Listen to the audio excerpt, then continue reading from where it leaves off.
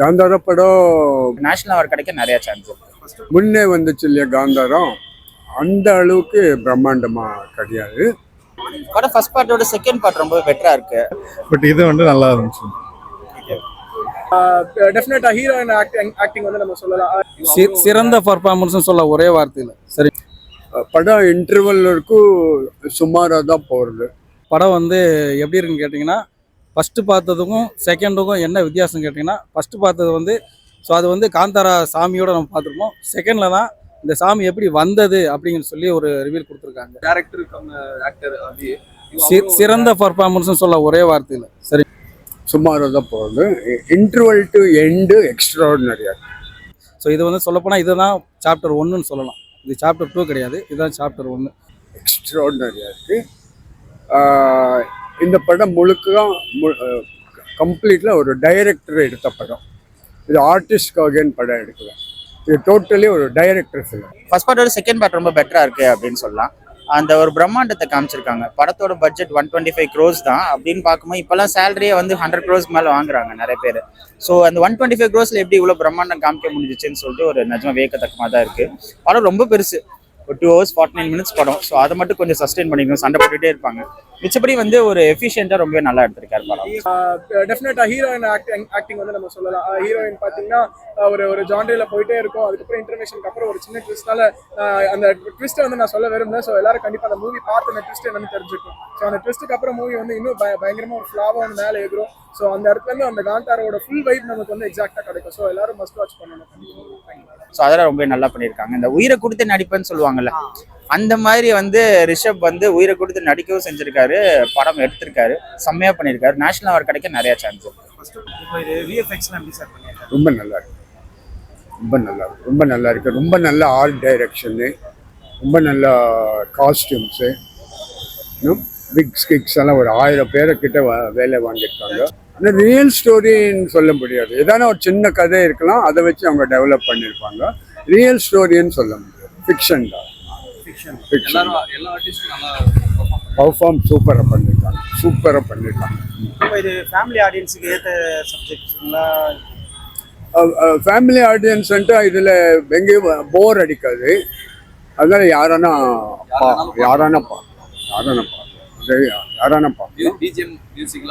ரொம்ப நல்லா இருக்கு. சாங்ஸ் எல்லாம் ரொம்ப நல்லா இருக்கு. 1-2 கிளைமேக்ஸ்ல 2 டான்ஸ் வரும். ஒரு கதகளி மாதிரிவே ட்ரெஸ் போட்டெல்லாம் ஒரு டான்ஸ் எல்லாம் பண்றாரு, அது நல்லா இருக்கு. ரீரெக்கார்டிங் ரொம்ப நல்லா இருக்கு. ரோலை வந்து பெட்டராகவே ப்ளே பண்ணாங்க. சூப்பராக இருந்தது ப்ரோ. விஎஃப்எக்ஸும் சரி, மியூசிக்கும் சரி, எல்லாமே நல்லா ஒர்க் அவுட் இருக்குது. கண்டிப்பாக தேட்டரில் வந்து பார்க்கலாம். அது 1-2 கம்பேரிசன் வேணால், 1 வேறு லைன், இது வேறு லைன். பட் ப்ரீக்குவல் நல்லாவே பண்ணியிருக்காங்க. எதுக்கு அதாவது அது ஏன் அப்படி வந்து வந்துச்சு, என்ன டிஸ்கிரிபன்சி இருந்துச்சுன்னு நல்லாவே சொல்ல ட்ரை பண்ணியிருக்காங்க.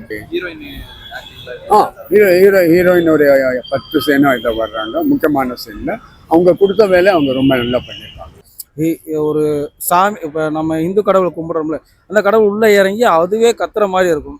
ஒரு ஆக்ரோஷமான ஒரு டான்ஸு, அந்த உடம்பு பாவனை, ஸோ அதெல்லாம் ரொம்பவே நம்மளை புல்லரிக்கிற மாதிரி வச்சுது. ஒரு சில இடங்கள்லாம் தேட்டரில் ஆடியன்ஸ் கத்த ஆரம்பிச்சிட்டாங்க. ஸோ அந்தளவுக்கு பயங்கரமாக இருந்தது. பப்ளிக் இடையே வந்து பார்த்தீங்கன்னா இப்போ மெசேஜ் நல்ல ஒரு மெசேஜாக இருக்கும். மெசேஜை நல்லா இன்றைக்கி தானே படம் ரிலீஸ் ஆகிருக்குது. ஸோ நேற்றே ஆல்ரெடி ரிலீஸ் பண்ணிட்டாங்க படத்தை. நேற்று நிறையா பேருக்கு தெரியல, பட் இன்றைக்கி தான் பார்க்க ஆரம்பிச்சிருக்காங்க. கண்டிப்பாக ரீச் ஆகும்னு நினைக்கிறேன். கண்டிப்பாக ரீச் ஆகும். நல்ல படம் தான் கிடந்தாங்க. ஆடியன்ஸே ரீச் பண்ணி கொண்டு போயிடுவாங்க. ஏன்னா காந்தாரா ஃபஸ்ட்டு நல்ல ஹிட்டு தான் ஆச்சுங்க. இந்த மாதிரி படம் நிறையா வரணும்னு எதிர்பார்க்குறேன். எல்லாம் இந்த மாதிரி படமே வந்துருந்தா ஆடியன்ஸுக்கு அந்தந்த ஜானருக்கு ஏற்ற மாதிரி ஒரு படம் கொடுத்துட்டே இருப்பாங்க. ஆனால் இந்த மாதிரி படங்கள் வந்தால் நல்லதான். ஆக்சுவலி அந்த மாதிரி ரிஷப் ஷெட்டிக்கு இன்டர்வல் மேலே தான் பர்ஃபார்மன்ஸ் பண்ணுறதுக்கு வாய்ப்பு வருது, ஸ்கோப் இருக்குது. ஸோ இன்டர்வல் மேலே ஒரு 5 சீன் நடித்து கலாட்டா பண்ணியிருப்பாங்க. ரொம்ப நல்லா பண்ணியிருப்பாங்க. நம்ம வருத்தபாலான மூவி. பட் ஒரு புலியை கொண்டு வர்றாரு, விஎஃப்எக்ஸ் புலியோ ஏதோ தெரியாது, அதை யூஸ் பண்ணியிருக்குது. அவ்வளோ நல்லா எஃபெக்டிவாக இல்லை. ஸோ ஒரு இடம் கூட நமக்கு வந்து ஒரு போர் அடிக்கிற மாதிரி ஃபீலிங்ஸ் இல்லை. அந்த இன்ட்ரெஸ்டிங் அடுத்தடுத்து கொடுத்துட்டே இருப்பாங்க. பாகுபலி 1-2 ரொம்ப நல்லா இருந்துச்சு. ஸோ அதனால் பார்ட் 1ல் கதையெல்லாம் வெளியே வந்துடும், டைரக்டர் டேலண்ட் எல்லாம். அதுக்கப்புறம் எதனா திணிக்க பார்க்குறாரு, அது கொஞ்சம் டைம் சக்ஸஸ் ஆகும், கொஞ்சம் டைம் சக்ஸஸ் ஆகாது. இப்போ கமலஹாசன்னா ரஜினிகாந்தை வச்சு அடுத்த பிளான் பண்ணிட்டு இருக்காங்க. அது மட்டும் கிளியராக சொல்கிறேன், இப்போவே அந்த படம் வந்து பார்ட் 1 இன்னும் நல்லா இருந்தது எனக்கு. காந்தாரா வந்துச்சு இல்லையா 2 வருஷத்துக்கு முன்னாடி, அது இதோட இன்னும் நல்லா இருந்தது. அண்ட் இப்போ பார்ட் 2 பார்ட் 3 சக்ஸஸ் ஆகுதான்ட்டு கொஞ்சம் டைம் சொல்ல முடியாது. ஆக்சுவலி ராகவேந்திரா லாரன்ஸ்க்கு 3 படமோ 4 படமோ பார்ட் 4 சக்ஸஸ் ஆயிடுச்சு. அப்போ நீங்கள் பார்த்தா இந்தியன் 2 ஹோப்லெஸ், அது பயங்கர ஹோப்லெஸ். இப்போ இந்தியன் 3 வரப்போகிறதோ அது இன்னும் ஹோப்லெஸ். படம் வந்து சிங்க் ஆகுது. தேர்ட் பார்ட்டுக்கும் வந்து அது ஒரு லிங்காக வந்து ஆரம்பிச்சிடுறாங்க படத்தை.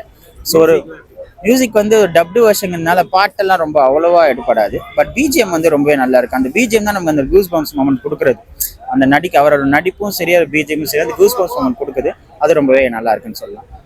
நம்ம தமிழ் சினிமாவில் என்ன ஆகிட்டு இருக்குன்ட்டு, அவன் ஃபர்ஸ்ட் ஒரு படம் எடுக்கிறான், அது சுமாராக சக்ஸஸ் ஆகிட்டு அடுத்தது விஜய் கிட்ட போகிறான், இல்லை அஜித்தை தேடுறான், இல்லை சிவகார்த்திகேயன் தேடுறாங்க. அது கிளிக் ஆகிட்டா ரஜினிகாந்த் கிட்ட போகிறாங்க, கமல் கிட்ட போகிறாங்க. தவிர அவருக்கு பெரிய ஆர்டிஸ்ட் வச்சு படம் பண்ணணும்னு நினைக்கிறாங்க. தவிர நல்ல படம் பண்ணணுன்ட்டு இல்லை, பெரிய சம்பளம் வாங்கலாம் அந்த நோக்கத்தில் தான் படம் எடுக்கிறாங்க. தவிர நல்ல படம் எடுக்கணும் அந்த நோக்கத்தில் இல்லை. எந்த ஆர்டிஸ்ட்டும் எந்த ஸ்டாருக்கும் இதில் அவரை வச்சு இவங்க படம் பண்ணல. ஆனால் நடித்தவங்களெல்லாம் கர்நாடகாவில் கொஞ்சம் ஃபேமஸாக இருக்கிற ஆர்டிஸ்ட் நடிச்சிருக்காங்க. ரொம்ப எக்ஸ்ட்ராடினரி ஃபோட்டோகிராஃபி, எக்ஸ்ட்ராடினரி லைட்டிங்கு. படத்தில் ரொம்ப உழைப்பு இருக்குது. ஒரு 200-300 நாள் எடுத்திருப்பாங்க. அதில் டைரக்டரை எவ்வளோ கஷ்டப்பட்டாங்க, எவ்வளோ ரிஸ்க் எடுத்தாங்க, எவ்வளோ ரசித்து எடுத்தாங்க, அந்த விஷயங்கள்லாம் ரொம்ப நல்லா தெரியுது.